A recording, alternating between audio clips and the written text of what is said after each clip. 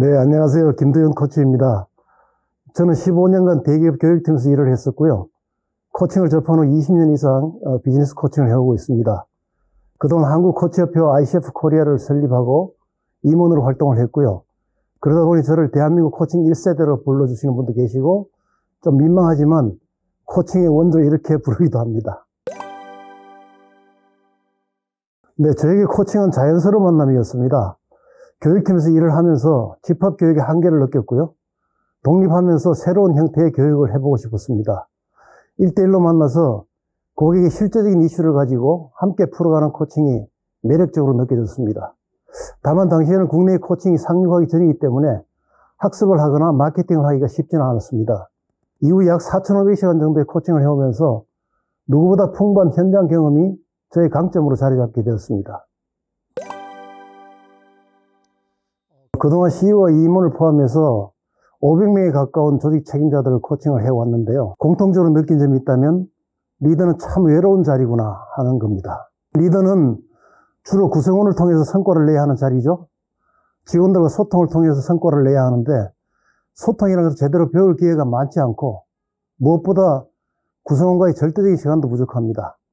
리더의 회의, 보고, 출장 등이 끊임이 없으니까요. 그 와중에 구성원을 육성해야 되고 또 조직의 지속적인 성장도 만들어내야 합니다.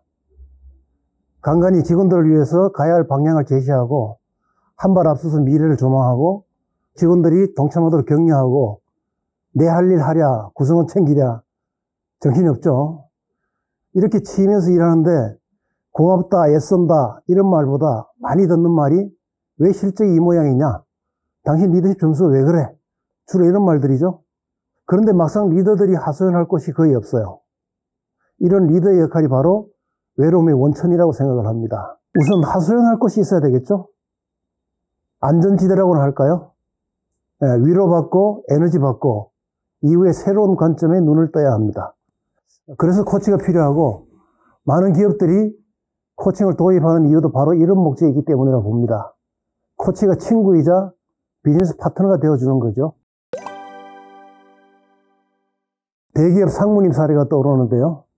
이 상무님은 제조 현장에서 또 올라오셔서 다양한 경험과 전문성을 가지고 계셨는데 임원이 되고 이상하게 생산성도 떨어지고 클레임도 증가하다 보니 이 불똥이 또 직원들에게 튄 거죠. 2년 연속 리더십 평가 최하위를 맡게 됐습니다.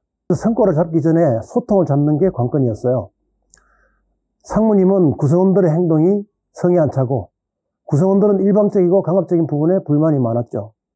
초반에는 주로 고객의 말을 들어주고 공감만 했습니다. 마음을 달래드린 거죠. 그리고 후반으로 가면서 이해관계자들의 말을 들어보고 실제 회의에 참가해서 관찰한 내용을 토대로 조심스럽지만 피드백을 했습니다. 상무님은 혼자서 앞만 보고 달리고 있습니다. 가끔은 뒤도 돌아보시고 구성원들의 고충도 들어주고 해야 되는데 혼자 달리시면서 못 따라온다고 질책만 하고 있습니다.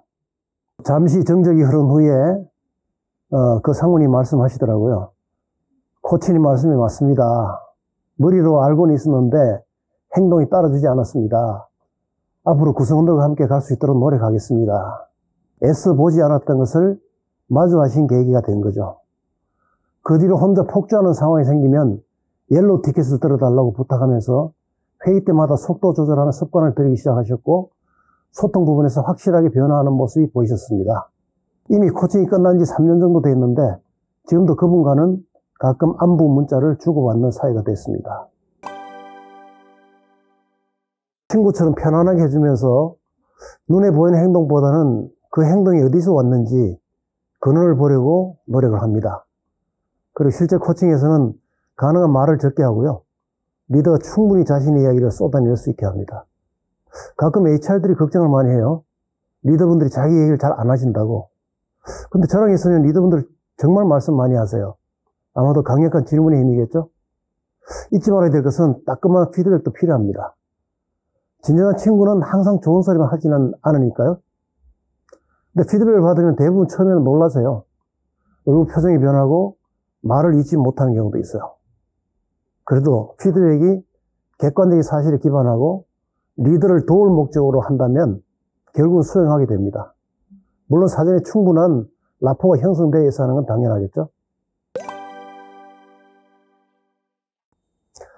저는 앞으로도 리더와 눈높이를 맞추고 리더의 시선이 향하는 방향으로 함께 서려고 합니다. 리더가 더 이상 외롭지 않게 가고자 하는 그 길 함께 뚜벅뚜벅 걸어가려고 합니다. 조만간 코칭으로 뵙겠습니다. 감사합니다.